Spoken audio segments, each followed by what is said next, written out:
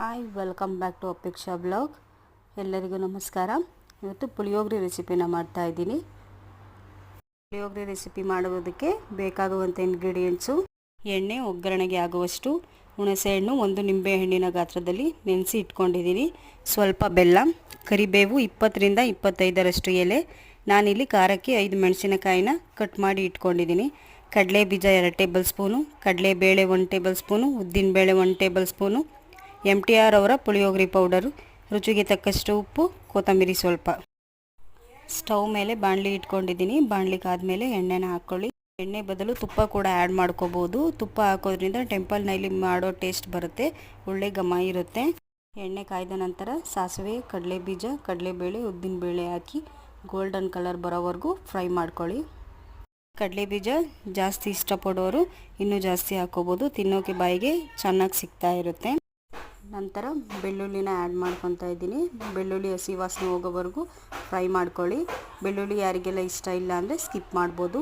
ನಂತರ ಕರಿಬೇವು ಹಾಕಿ ಫ್ರೈ ಮಾಡ್ಕೊಳ್ಳಿ.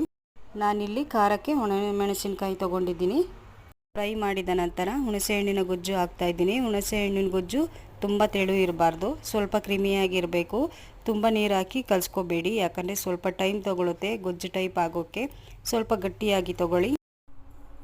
ಹುಣಸೆಹಣ್ಣು ನೀರು ಹಾಕಿದ್ಮೇಲೆ ಒಂದು ಕುದಿ ಬಂದಾದಮೇಲೆ ಪುಳಿಯೋಗರೆ ಪೌಡರ್ನ ಯಾವಾಗ ಹಾಕಬೇಕು ಅಂದರೆ, ಹುಣಸೆಹಣ್ಣು ಫುಲ್ ಗಟ್ಟಿಯಾಗಿ ಎಣ್ಣೆ ಬಿಡುತ್ತಲ್ಲ ಆವಾಗ ಪುಳಿಯೋಗರೆ ಪೌಡರ್ನ ಹಾಕಬೇಕು. ನೋಡ್ತಾ ಇದ್ದೀರಲ್ಲ ಎಷ್ಟು ಚೆನ್ನಾಗಿ ಕಾಣಿಸ್ತಾ ಇದೆ. ಒಂದು ಕುದಿ ಬಂದಾದಮೇಲೆ ಪುಳಿಯೋಗರೆ ಪೌಡರ್ನ ಆ್ಯಡ್ ಮಾಡ್ಕೊಳ್ಳಿ. ಒಂದು ಕುದಿ ಬರ್ತಾ ಇದ್ದಂಗೆ ರುಚಿಗೆ ತಕ್ಕಷ್ಟು ಉಪ್ಪು, ಆಮೇಲೆ 2 ಟೇಬಲ್ ಸ್ಪೂನ್ ಆಗೋವಷ್ಟು ಪುಳಿಯೋಗರೆ ಪೌಡರ್ನ ತೊಗೊಂಡಿದ್ದೀನಿ. ಪುಳಿಯೋಗರೆ ಪೌಡರ್ನ ಹಾಕಿ ಚೆನ್ನಾಗಿ ಮಿಕ್ಸ್ ಮಾಡ್ಕೊಳ್ಳಿ. ಪುಳಿಯೋಗರೆ ಪೌಡರ್ನ ಹಾಕಿದ ಮೇಲೆ ತುಂಬ ಹೊತ್ತೇನು ಮಿಕ್ಸ್ ಮಾಡಬೇಡಿ, 1 ನಿಮಿಷ ಸಾಕಾಗೋಗುತ್ತೆ. ನಾನಿಲ್ಲಿ ಸ್ವಲ್ಪ ಬೆಲ್ಲ ಹಾಕ್ತಾಯಿದ್ದೀನಿ, ಯಾಕಂದರೆ ನಮ್ಮ ಮನೆ ಹುಣಸೆಹಣ್ಣು ತುಂಬ ಹುಳಿ ಜಾಸ್ತಿ ಇರುವ ಕಾರಣ. ನೀವು ಕೂಡ ಹಾಕ್ಕೊಂಡ್ರೆ ಚೆನ್ನಾಗಿರುತ್ತೆ. ಅದರಲ್ಲಿ ಕೊತ್ತಂಬರಿ ಹಾಕಿ ಅಷ್ಟೇ, ಸಿಂಪಲ್, ಬೇಗನೆ ಆಗೋಗುತ್ತೆ. ಇದನ್ನು ಚೆನ್ನಾಗಿ ಮಿಕ್ಸ್ ಮಾಡಿಕೊಂಡು ಆರೋಕ್ಕೆ ಬಿಟ್ಬಿಡೋಣ. ಗೊಜ್ಜು ಮತ್ತು ರೈಸ್ ಕ್ವಾಂಟಿಟಿ ನೋಡಿ ಮಿಕ್ಸ್ ಮಾಡ್ಕೊಳ್ಳಿ.